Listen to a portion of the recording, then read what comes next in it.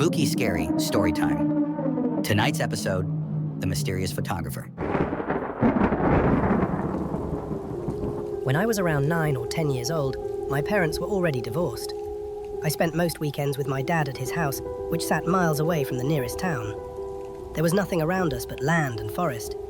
My dad didn't even own most of the property, but I played on it anyway, especially the large stretch of woods directly behind the house. My bedroom window faced straight into that forest. One weekend, I was sitting with my dad, flipping through an old photo album he kept. Most of it was normal: family birthdays, Christmases, holidays. But near the end, the pictures changed. They were all photos of the house, taken from behind it.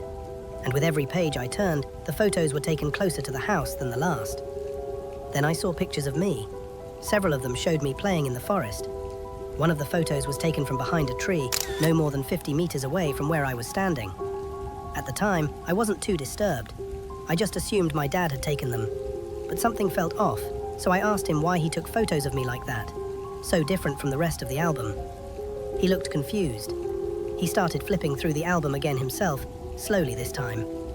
I realized he was approaching the final pages, the ones I hadn't looked at yet. As he reached the second to last page, the color drained from his face. His hands began to shake. He hesitated before turning the page, clearly nervous. When he finally did, he visibly shuddered. Without saying a word, he snapped the album shut, stood up, and immediately began to pack a bag for both of us. We left the house that night. After that, we only returned a few times, just long enough to collect our things, before he put the house up for sale. He reported everything to the police, but there was very little they could do. 5 years later, I finally asked him what was on those last pages.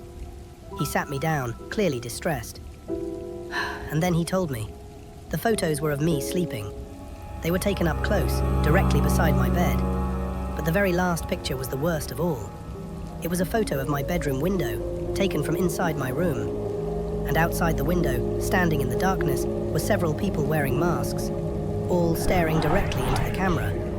I still don't understand how I never woke up while someone was standing in my room, especially since I've always been a light sleeper.